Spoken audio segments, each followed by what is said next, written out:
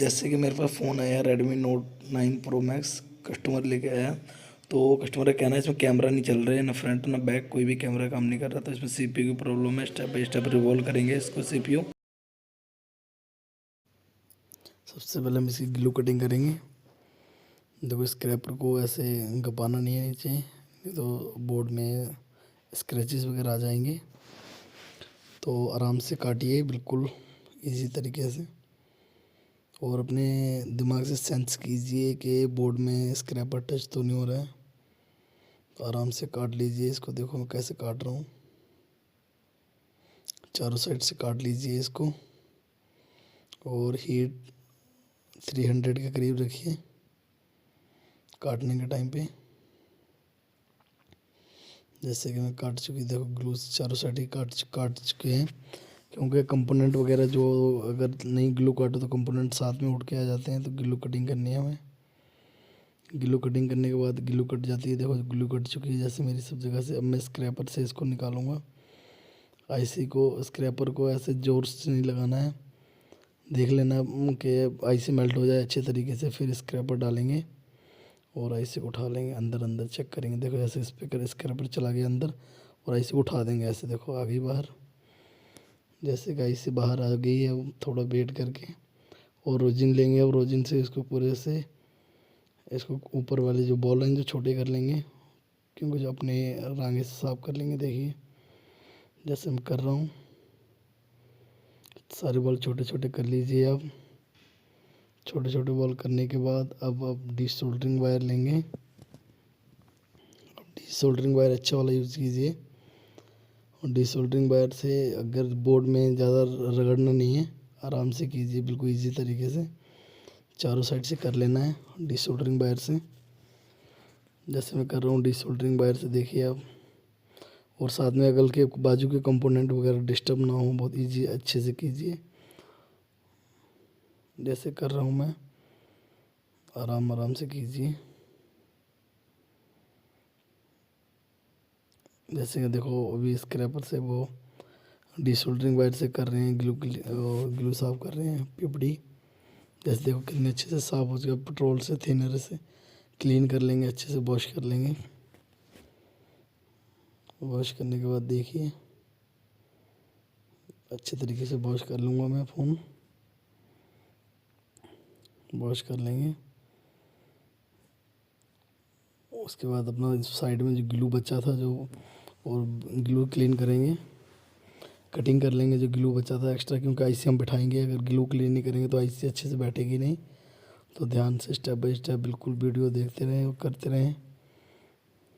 जैसे मैं ग्लू अभी साइड से देखो ऊपर रह गया था, तो ग्लू साफ़ किया।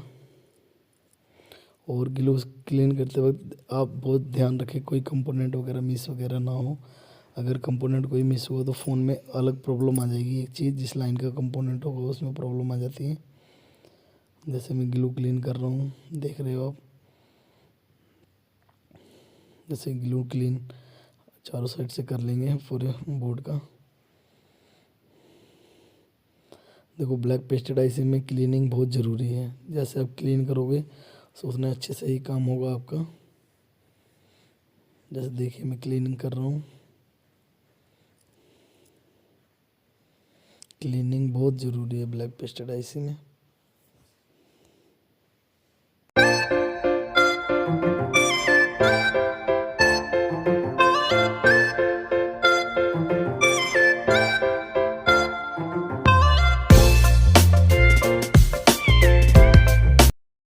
जैसे कि आप देख रहे हो मैंने ग्लू क्लीन अच्छे से हो चुका है मेरा।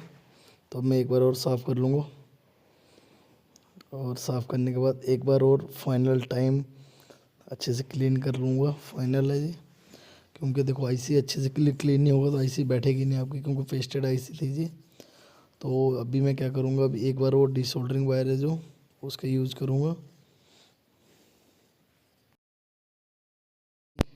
अब देखो मैं डिसोल्डरिंग वायर से एक बार फाइनल टाइम क्लीन करूँगा। देखो कितना क्लीन होता है बोर्ड इस टाइम। अब बाकी बारी बारी स्टेप बाई स्टेप ऐसे ऐसे क्लीन कीजिए, तो 100% आपका फ़ोन ऑन और प्रॉब्लम से मुक्त हो जाएगा आपका फ़ोन अब। कोई भी प्रॉब्लम हो कैमरे की, टच की, कोई भी प्रॉब्लम हो CPU ऐसी ब्लैक पेस्ट रिवॉल्व कीजिए। बहुत इजी तरीका है। पर देखिए मैंने कितने स्टेप में सा क्लीन किया है, ये स्टेप बाय स्टेप बारी बारी क्लीन करना पड़ेगा। आप बोलो मैं एक बार में ही ऐसा क्लीन कर लूँ तो नहीं, स्टेप बाय स्टेप ऐसे ही क्लीनिंग होगी इसकी। तो अभी देखो डिसोल्डरिंग वायर से क्लीन कर रहे हैं अभी हम। ये होगा जैसे थिनर डालने के बाद देखो कितना क्लीन हो रहा है इस टाइम। आप खुद देख रहे हैं कि मदरबोर्ड कितना क्लीन हो चुका है, देखिए पहले से, और इसमें अभी कितनी क्लीनिंग हो गई है। अब बोर्ड अपना क्लीन हो चुका है, बोर्ड को हम छोड़ देंगे, अब कुछ नहीं करना है। देखिए इतनी क्लीनिंग हो चुकी है बोर्ड में, कोई भी पेस्ट वगैरह बीच में कहीं साइड में कहीं कुछ नहीं दिख रहा है। तो क्लीन होने के बाद हम आईसी को रिवॉल्व करेंगे। हम आईसी को रिवॉल्व करने में पहले आईसी को क्लीन कर लेते हैं, फिर रिवॉल्व करेंगे। तो क्लीनिंग, आईसी की क्लीनिंग बहुत ज़रूरी है, क्योंकि पेस्ट आईसी में भी लगा रहता है, बोर्ड में भी लगा रहता है। ब्लैक पेस्टेड आईसी है।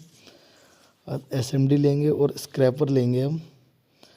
एसएमडी को 380 करके रखेंगे और ऐसे करके इसको अच्छे से क्लीन कर लेंगे। आईसी को साइड वाले ग्लू कटिंग कर लिया।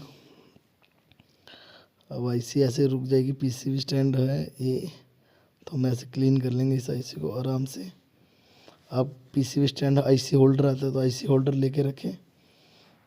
जैसे कि मैं क्लीन कर चुका हूँ, देखो कर रहा हूँ क्लीन स्टेप बाय स्टेप। अब आईसी को घुमा के फिर क्लीन करेंगे। क्लीन करने के बाद देखिए आप, जैसे मैं क्लीन कर रहा हूँ आईसी, अब देखिए आराम से कीजिए। आईसी में कोई स्क्रैचेस वगैरह कुछ नहीं आना चाहिए, नहीं तो आपका CPU ख़राब हो सकता है। अब इसमें डिसोल्डरिंग वायर रोजिन के साथ लगाएंगे, और ब्लैक पेस्टेड में रोजिन का यूज़ सबसे ज़्यादा कीजिए आप। ये चीज़ देखें आप, मैंने जैसे कि अपना रोजिन से ब्लैक पेस्टेड आईसी क्लीन कर चुका हूँ। अब देखिए क्लीन हो चुकी है आईसी। आईसी क्लीन होने के बाद अब अपना पेट्रोल से अपने बस थिनर से साफ़ कर लूँगा मैं। अब देखिए आईसी कितनी क्लीन हो चुकी है मेरी। देखिए थिनर पेट्रोल डालूँगा अब।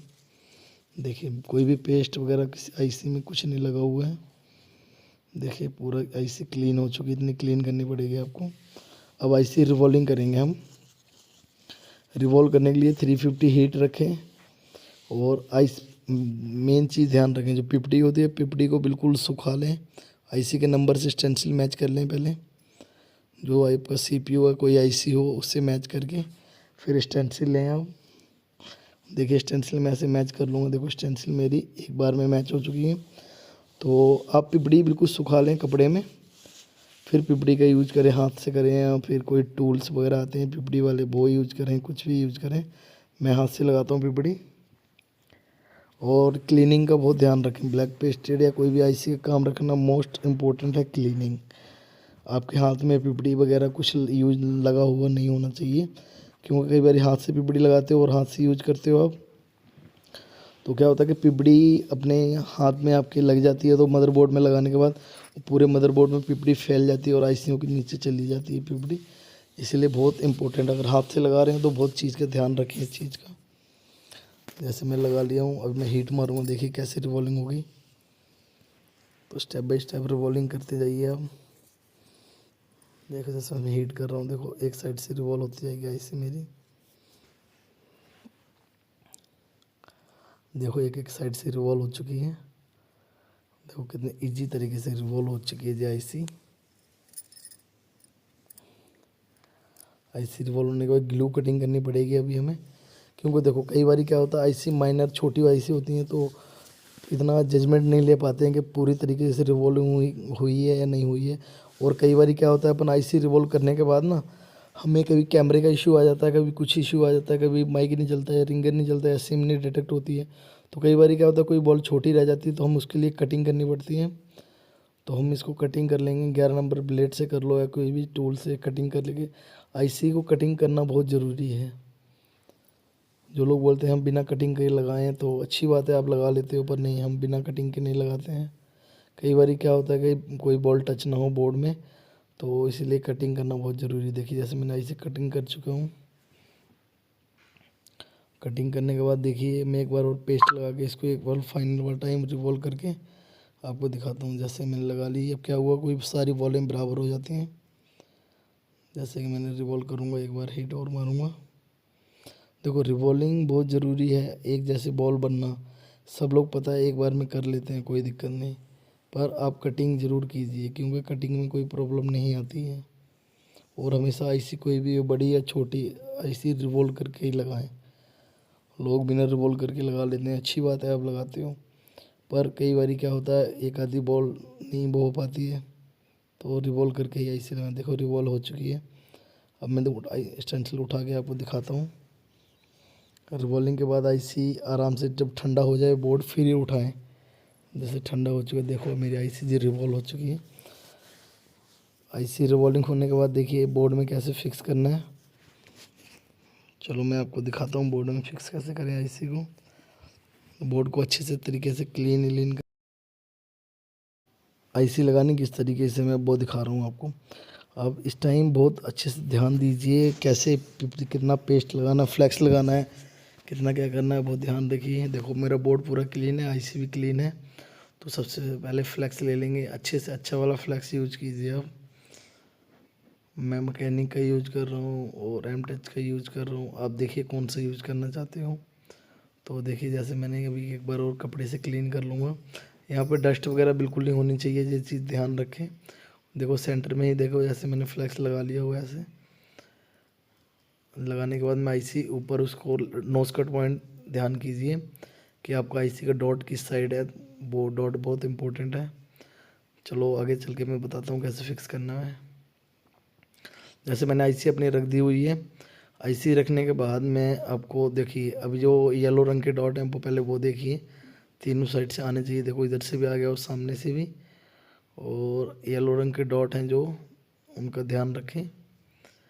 और नोज कट पॉइंट अपना ध्यान रखें, कॉलकॉम डायरेक्शन इसकी जो है तो वो देनी पड़ेगी अपन को आईसी की, और आईसी को अच्छे से फिक्स करें। देखो मैं आईसी को स्टेप बाय स्टेप कर रहा हूँ, और आप बहुत ध्यान से ऐसे लगाओगे तो 100% आपका काम भी हो जाएगा और आपकी मेहनत भी रंग लाएगी। जैसे कि मैं अब हीट मार रहा हूँ, हीट मैंने 380 रखी हुई है, और आईसी को बस इतने पे रख के मैं अब हीट मारूंगा अच्छे से। और पिपड़ी फ्लैक्स अभी यूज करूँगा, कब डालूँगा लास्ट टाइम, अभी हमें अलग से फ्लैक्स लगाना पड़ेगा इसमें। जब लगाऊंगा जब आईसी एक बार अपने आप मूवमेंट हो जाएगी आईसी की, आप ध्यान से देखिए। आईसी एक बार मूव होगी, मूव होने के बाद फिर हम लगाएंगे, फिर जो फ्लैक्स है जो इसको भी डाल दूंगा मैं, पर आईसी का मूव होने का इंतज़ार करेंगे जब तक। देखो आईसी एक बार मूव हो गई, अभी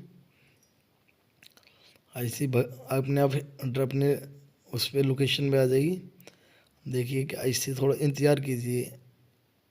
देखिए अभी कुछ टच नहीं कीजिए, फाइनल टच वगैरह कुछ ना दीजिए, मैं ऐसे ही कर रहा हूँ। देखो लग चुकी है आईसी। आईसी लगने के बाद देख रहे हो आप, आईसी मैंने टच दिया तो हो चुकी है। उसके बाद देखो ऐसे आईसी लगाइए।